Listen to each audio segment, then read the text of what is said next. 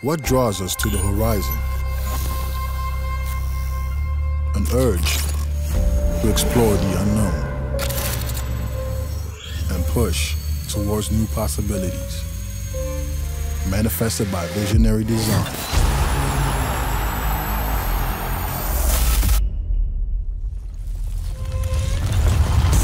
Introducing Wilson Airless Gen 1, the first 3D printed basketball, available to the world for the first time.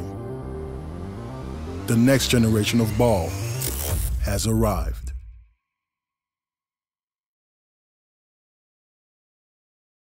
농구라는 종목에서 슈퍼스타 한 명이 차지하는 영향력은 어느 정도? 다른 종목과 비교했을 때는 아주 크죠. 단체 구기 종목 가운데는 뭐 제일 크다고 봐도 무방하지 않을까. 축구는 11명이고 면적이 크긴 하지만, 야구는 뭐 투수가 아무리 잘해봤자 선발 투수는 4일, 5일 만에 한 번씩 나오고, 마무리 투수도 뭐 3연속, 4연속 투구는 쉽지 않고, 타자도 8명이 지나야 9번째 본인이 돌아오는 거잖아요. 근데 농구는 일단 구기 종목 가운데 가장 득점이 많이 나고, 그리고 공격과 수비에서 똑같은 영향력을 발휘할 수 있기 때문에 저는 농구가 슈퍼스타 한 명이 차지하는 비중이 굉장히 큰 종목이라고 생각합니다. 그러니까 뭐 마이클 조던이나 뭐 르브론 제임스, 코비 브라이언트 같은 선수들의 전성기를 생각해 보면 이 선수들이 공격만 잘해서 팀을 여러 번 우승으로 이끈 게 아니잖아요. 공격만큼 수비도 잘하고, 그 다음에 뭐 플레이오프나 파이널 같은 중요한 무대에서는 사실 48분 다 내보낼 수도 있고, 그런데 중요한 무대에서는 또 이틀 연전은 없거든요. 그러니까 플레이오프만 가도 이틀 연전이 없어요. 그 말인즉슨 내가 이 선수를 정말 갈아서 쓰고 싶으면 48분 중에 46분을 쓸 수 있다는 뜻이고, 그리고 정말 많은 점수가 난다는 거는 그만큼 공격과 수비할 때 상황이 비례해서 발생한다는 뜻이잖아요. 포지션이 그만큼 많아진다는 뜻이기 때문에 슈퍼스타 한 명이 있는데 이 선수가 공격도 잘해, 근데 득점도 잘하고 리바운드도 잘하고 어시스트도 잘하는데 수비할 때는 상대의 득점과 리바운드, 어시스트를 죽여버려. 그러면 말 그대로 공수 양면에서 이렇게 영향력을 발휘하는 그런 슈퍼스타의 무대가 바로 NBA라는, 또 농구라는 생각을 하기 때문에 저는 슈퍼스타 한 명이 압도적인 영향을 발휘하는 종목이 농구라고 봐요. 그래서 슈퍼스타 한 명이 그 경기나 혹은 뭐 시리즈의 향방을 완전 바꿀 수 있거든요.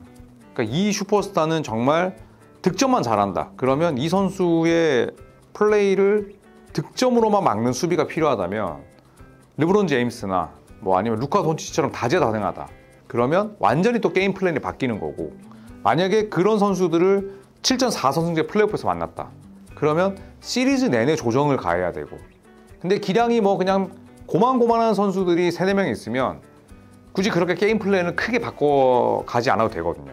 그래서 플레이오프에서 농구는 어떤 단어를 쓰냐면 플레이오프에서는 히어로볼이 필요하다. 그러니까 영웅한테 슈퍼스타에게 공 주고 그냥 맡긴다는 거예요. 그런 것들이 더 필요하다는 얘기를 하죠. 정규 시즌 때는 시스템 위주로 돌아갈 수는 있지만 플레이오프에서는 어차피 정규 시즌보다 가용 인원이 줄잖아요. 정규 시즌 때 10인 로테이션을 쓴다면 플레이오프는 8인 로테이션, 심지어 7인 쓰는 인물들도 있거든요.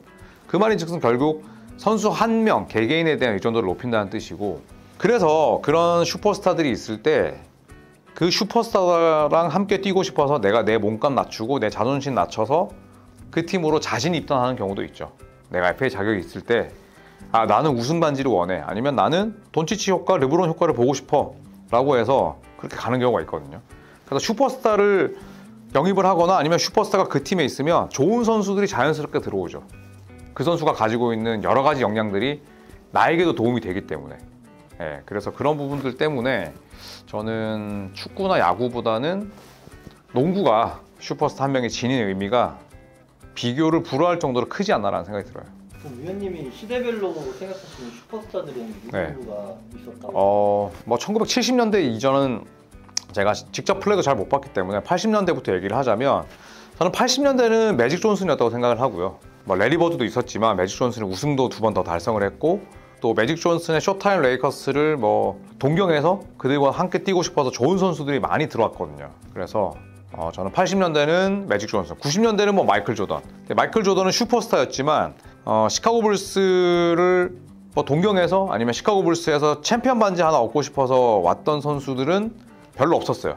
그러니까 어떻게 보면 마이클 조던은 그냥 구단 수뇌부가 뭐 데려온 선수들, 그 다음에 본인들이 뭐 키운 선수 얼마 되진 않지만 초반에는 뭐 BJ 암스트롱이라든지 뭐 스카티 피펜, 호레이스 그랜트 뭐 이런 선수들로 이제 우승을 달성을 했었고, 그래서 90년대는 마이클 조던, 2000년대는 좀 여러 선수들이 있었던 것 같아요. 저는 샤킬 오닐도 있고 뭐 코비 브라이언트도 마찬가지라고 생각을 하는데, 2000년대는 뭐 팀 덩컨도 있을 수 있고, 어떻게 본다면 좀 양분했던 것 같아요. 알렌 아이버슨도 슈퍼스타라 생각을 하지만 뭐 우승은 아쉽게 달성을 못했고, 그리고 2010년대는 뭐 르브론 제임스라고 봐야겠죠. 르브론 제임스와 스테픈 커리. 그리고 르브론 제임스와 스테픈 커리는 워낙 뭐 동료로부터도 인정을 받고 또 성격 자체가 이제 무난하다 보니까 그 두 선수가 있는 팀에 뭐 자진해서 들어간 경우가 많았죠.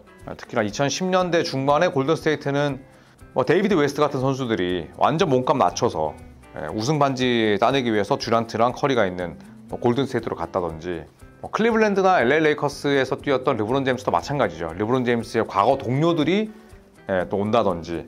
그래서 2010년대는 뭐 두 선수라고 볼 수가 있겠고, 2020년대는 지금 현재 진행형이지만 뭐 이대로 간다면 저는 야니스 아레토쿤보와 뭐 루카 돈치치, 뭐 니콜라 요키치, 마치 2000년대처럼 여러 선수들이 좀 양분하는 그림이지 않을까, 이런 생각이 듭니다. 그래서 돌이켜보면 뭐 슈퍼스타들은 진짜 대부분 우승 반지 하나씩은 가지고 있어요. 물론 우승을 해서 슈퍼스타로 불리는 경우도 있지만 슈퍼스타 중에 정말 아쉽게 우승 반지가 없는 선수들도 있었잖아요. 그런데 대부분의 선수들은 우승을 가지고 있고, 그 슈퍼스타가 가지고 있는 아우라 때문에 또 훌륭한 동료들을 자연스럽게 리크루팅하는 경우도 분명히 있었던 것 같고, 또 반대로 과정과 결과가 반대지만 이 슈퍼스타들이 각종 뭐 역경과 고난을 진짜 극복하고 우승 반지를 차지하고 뭐 MVP 올랐기 때문에 또 슈퍼스타라는 호칭이 붙을 수 있었다고 생각을 하거든요. 저는 생각을 해보자면 슈퍼스타는 내가 큰 무대에서 증명을 끝낸 선수들에게만 좀 붙을 수 있는 그런 호칭이라 생각을 해요. 그래서 2020년대 제가 돈치치 이야기도 했지만 기량은 슈퍼스타지만 아직까지 우승 반지가 없는 반면에 야니스나 혹은 요키치 이런 선수들 우승을 했잖아요. 그래서 후대에 좋은 평가를 받기 위해서 NBA는 굉장히 가혹하게도 무조건 우승을 해야 된다. 만약에 제이슨 테이텀과 루카 돈치치가 우승 반지가 없다, 그러면 지금이야 현역이기 때문에 버프를 받지만 은퇴하고 나서 과연 어떤 평가를 받을까, 좀 이런 생각이 들거든요. 그래서 슈퍼스타라면 저는 무조건 우승을 해야 되는 게 어떻게 보면 좀 고달픈 운명이랄까, 그런 생각이 듭니다.